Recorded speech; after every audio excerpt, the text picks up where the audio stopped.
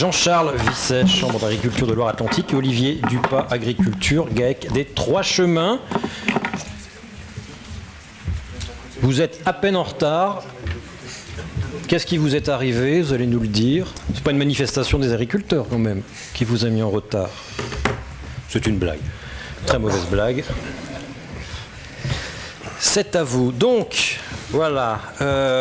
Impact sur une exploitation de l'agroforesterie. Je crois que j'ai rien à faire en fait. C'est un peu vrai, ouais.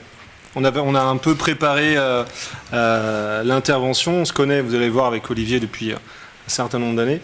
Donc le mieux, on va commencer tout simple, c'est je demandais à Olivier de se présenter, simplement comme il le fait auprès de ses collègues, et puis comme il le fait lorsqu'il intervient en parlant de système agroforestier.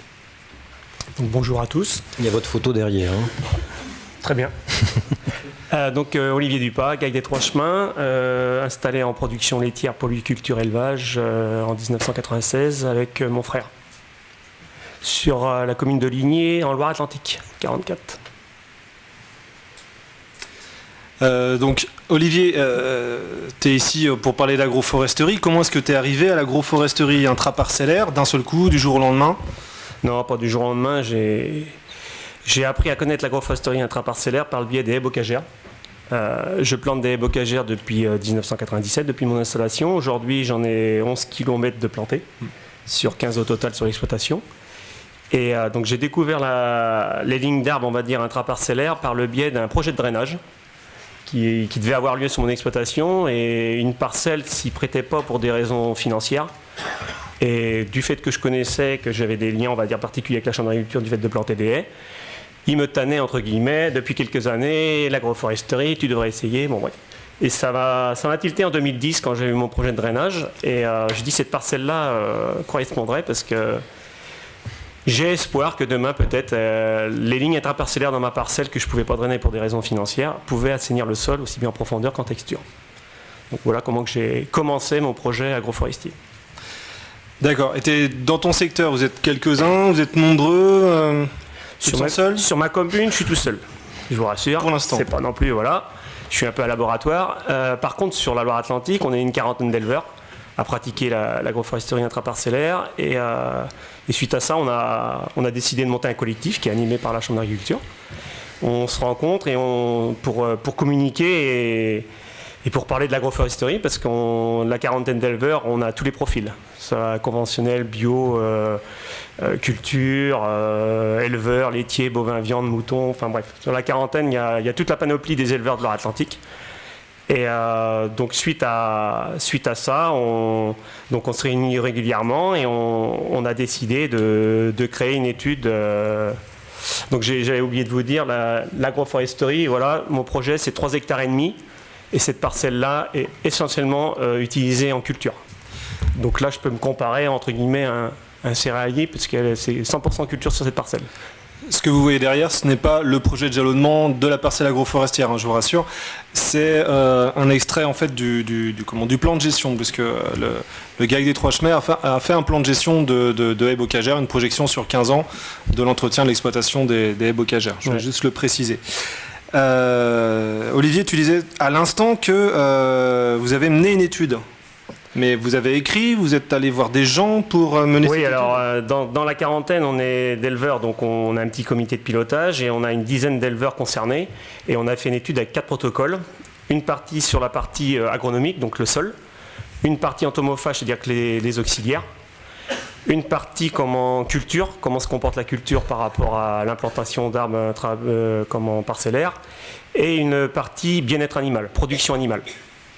Donc si j'ai bien compris, c'est le collectif Les Agriculteurs qui ont décidé de travailler sur ces domaines-là, oui, et qui sont allés chercher des fonds et répondre à un appel à projet. Du fait qu'on était diversifiés, on a décidé, toi tu fais des cultures, tu t'occuperas du profil cultural, toi tu fais du bovin lait bio, tu vas la partie animale, et ainsi de suite.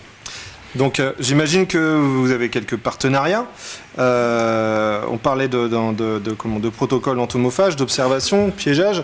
Il y a des partenariats qui sont liés avec ces différents protocoles? Oui, donc pour la partie entomophage, là, sur la relevée, on travaille avec Johanna Villeneuve-Chasset. Jasset, voilà, que tout le monde connaît. Qui est très connu. mais qui intervient d'ailleurs, qui intervient avec nous, comité de pilotage, qui fait ses comptes rendus et tout. Donc ça, c'est pour la partie entomophage. Pour la partie donc agronomique, on a fait des fosses pédologiques au niveau des terrains. Donc ça veut dire qu'on a fait des fosses pour voir la structure et la texture des sols au ras de la ligne interparcellaire. Pour la partie culturale, donc moi je suis concerné par cette partie-là, j'ai une fiche de suivi technique, c'est-à-dire que depuis ma plantation, j'observe ma parcelle, le temps passé, les rendements, est-ce que j'ai plus d'attaques qu'avant, enfin, je fais une fiche bilan par an que je transmets au comité de pilotage. Et pour la partie bien-être animal, alors c'est là que ça va devenir marrant, donc on s'est rendu compte que pour avoir le bien-être animal, on voulait s'arrêter, donc le bien-être en général, mais surtout pour la partie ombragère de l'arbre. Et on n'a pas trouvé, on va dire, donc les éleveurs concernés observent les animaux, leur génisse et tout, en sachant que nos projets, le plus vieux est 2008, donc l'incidence, c'est un arbre qui a 8 ans, je ne vous fais pas de dessin, il n'est pas bien gros. Donc on s'est dit comment qu'on pourrait observer, et on a profité d'avoir la ferme expérimentale de Derval. On s'est associé avec l'Institut de l'élevage, l'IDEL, et on a mis en place, on va dire, une ligne d'arbres rectiligne à la ferme expérimentale de Derval, parce que dans la nature elle-même, on n'a pas trouvé de ligne d'arbres identique pour projeter l'ombre, pour se dire demain ça serait un projet agroforestier et on pourrait l'observer. Donc on a carrément lancé le projet à la ferme expérimentale de Derval de planter des parasols. Donc on a trouvé, enfin avec la ferme de Derval, on a pris une parcelle de 2 hectares, on l'a coupée en deux, enfin ils l'ont coupée en deux, faut que j'arrête de dire je, c'est pas moi qui fais tout. Ils ont coupé la parcelle en deux, de l'eau de génisse absolument identique, 10 mois, même croissance, même GMQ, gain moyen quotidien, qui ont le même âge bien sûr, de même race, 10 de chaque côté, un lot sans ombre, un lot avec l'ombre des parasols. Et là, on observe. Et on tenait à ce que ce soit la ferme expérimentale de Derval qui le fasse, parce que c'est quand même un suivi quotidien, c'est du temps à passer. C'est pas qu'on n'a pas confiance dans les producteurs comme nous, hein, sauf que bon, on a un métier, on a un travail. Les génisses ont eu un podomètre, un accéléromètre, c'est-à-dire pour connaître leur déplacement. Elles ont été observées par le biais de stagiaires. Hein, voilà, ils sont embauchés, enfin ils se sont débrouillés. C'est la ferme de Derval qui gérait ça. Et on a mis des compteurs à eau sur les bassins. Et là, on fait une observation. Donc voilà, par rapport à la partie bien-être animal, et on a Madame Anne Aupier de l'Institut de l'élevage, voilà, qui est la spécialiste nationale du bien-être animal qui accompagne l'étude.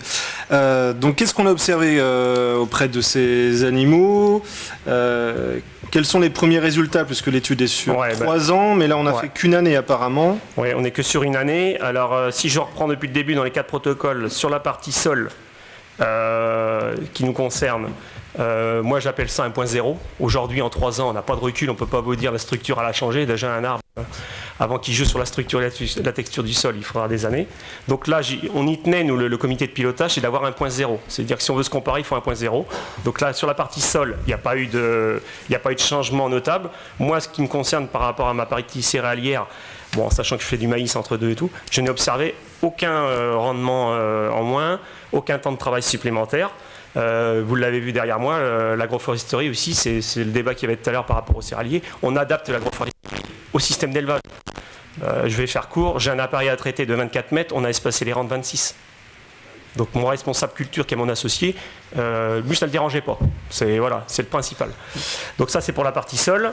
Par rapport à l'entomophagie, donc les auxiliaires, on a vu qu'il y avait une diversité autre que dans les parcelles qui n'étaient pas en agroforesterie.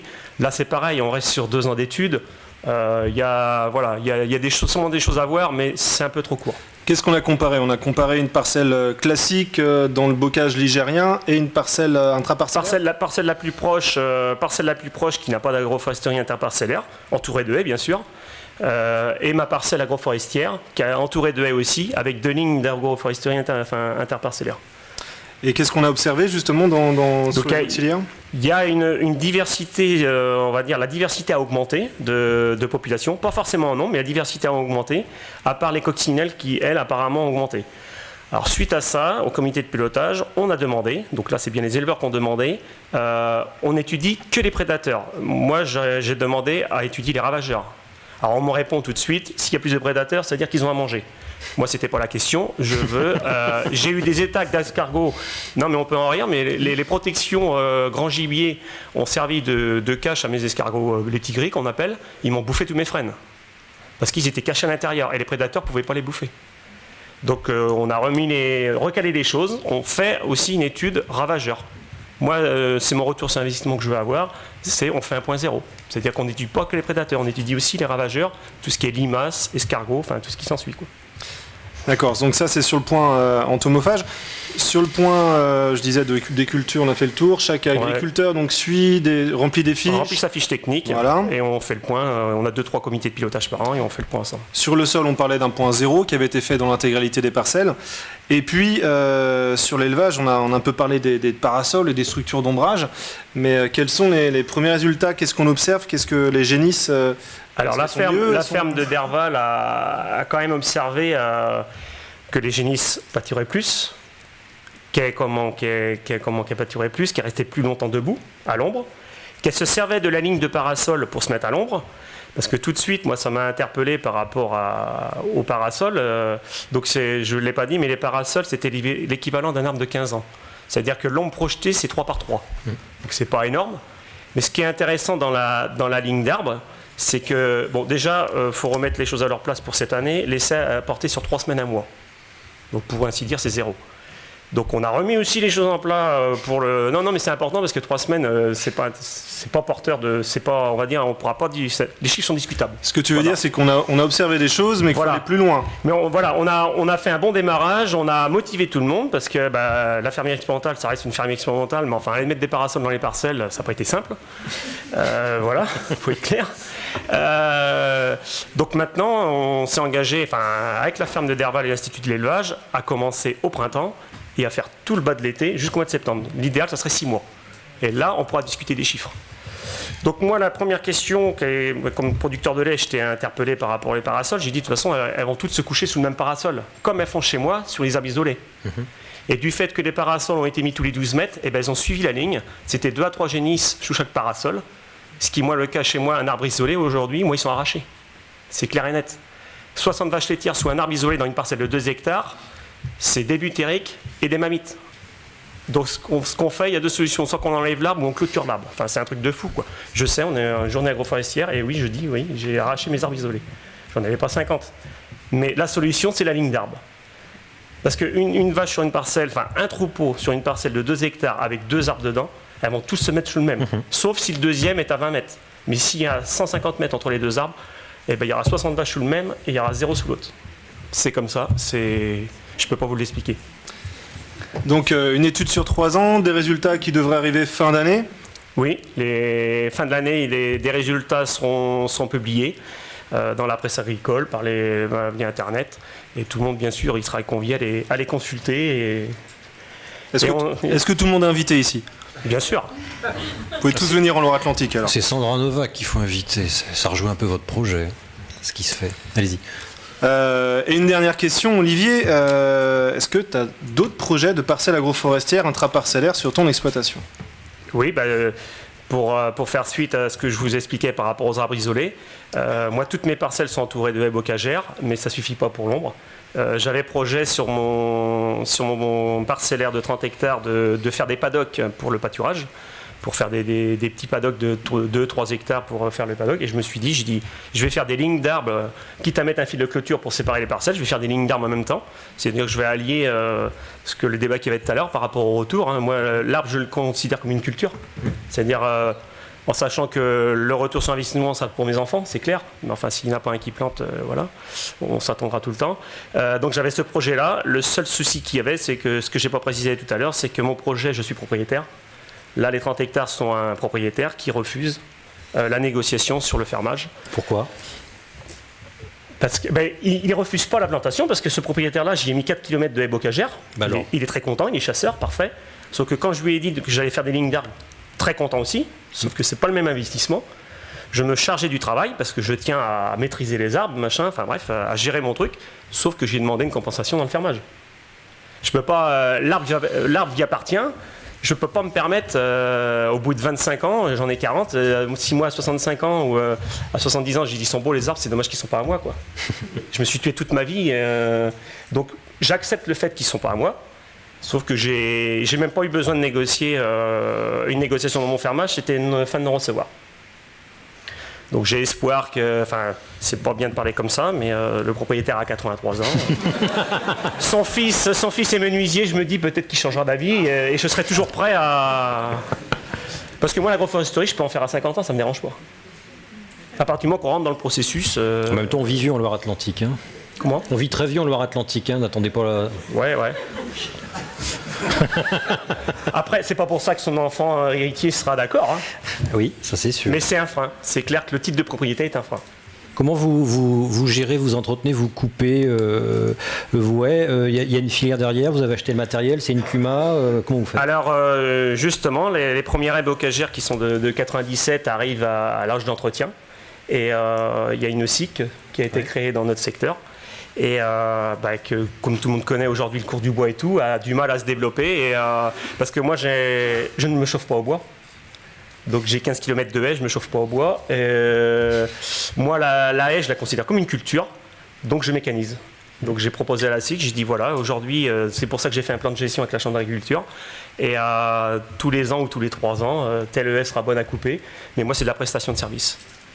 Moi, avant, mes haies qui étaient plantées, mes anciennes haies, je les entretenais au lamier. Je me considère que ça avait un coût. Donc je me dis que même si demain ça ne me rapporte rien, mais si l'entretien est fait correctement et que ma haie elle est recépée et que ça ne me coûte rien, je me dis j'ai gagné. Donc voilà, par rapport à l'entretien des haies. C'est clair que je prends la tronçonneuse un petit peu, mais pas quand on est rendu à des distances et des longueurs comme ça. Il faut trouver un prestataire de service, c'est clair. Donc qui dit prestataire dit filière, dit...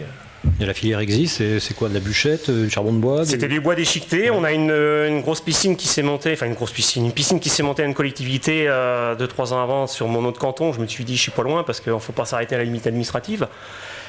Les cours du bois ont fait que le bois déchiqueté apparemment n'était pas de qualité. Je ne suis pas rentré parce que je ne fais pas partie de ce débat-là. Mais il y a eu un quick et le bois est importé. Ça coûte moins cher que de le prendre localement. Bon voilà, c'est toujours le nerf de la guerre, c'est l'argent. Donc... voilà. Mais nous, on est prêts. Un mot de conclusion? Je veux juste rebondir par rapport à l'idée des parasols. Les parasols, les panneaux solaires, on a mis les parasols, c'était bien pour acter le fait d'ombrage. Le parasol ne remplacera jamais un arbre. Il fait bien meilleur sous un arbre que sur un parasol. Et physiquement, moi, il n'y a pas photo. C'est une étude. On étudie l'ombre sur le bovin. Sur l'impact qu'il y a sur le bovin, faut pas, Il y a eu des projets de panneaux solaires sur de la terre cultivable dans notre commune. Ça s'est mal passé. C'est-à-dire qu'ils ont disparu, ils ont été... Ils sont pas nés. Ils sont pas nés, c'est ça. Ils sont pas nés. Merci à tous.